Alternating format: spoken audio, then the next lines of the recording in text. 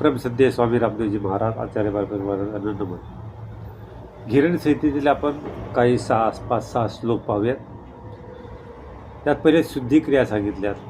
शुद्धिक्रिया का पहिले सांगितल्या त्यांनी, तर जसं आपण सकाळी उठल्या आंघोळ करतो, झाडून घेतो, त्यामुळं घर शुद्ध वाटतं आणि आंघोळ केल्यानंतर मन शुद्ध होतं.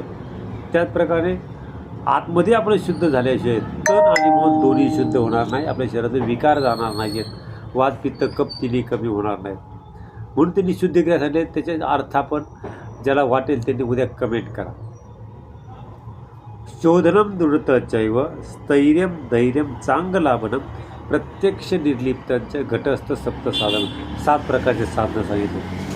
षट्कर्मणा शोधनंच आसनेन भवे दृढ मुद्रलेना स्थिरताचैव प्रत्याहारेण धीरता प्राणायामन अंगलाभनम ध्यानानं प्रत्यक्षमाप्यति समाधीन निर्लिप्तांचे मुक्तिरेव न संशय.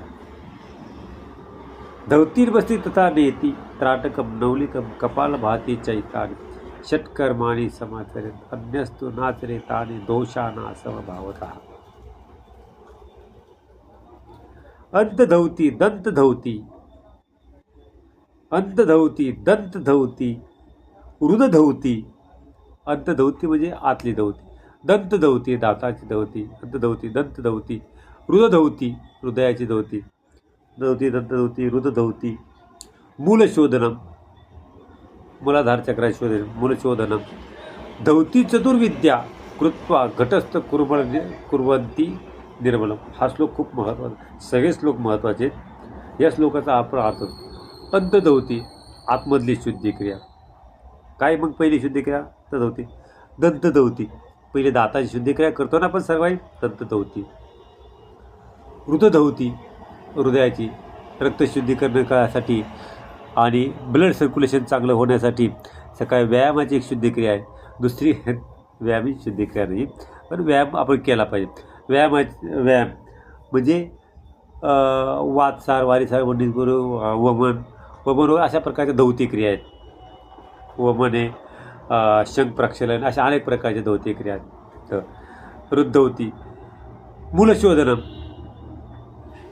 मूलाधार चक्राची शुद्धिक्रिया. धौती चतुर्विद्या कृतोकालम. या 4 प्रकारच्या धौती सांगितलेल्या आहेत. कुठल्या सांगितलेल्या धौती पुढे एक श्लोक पाहूयात आपण.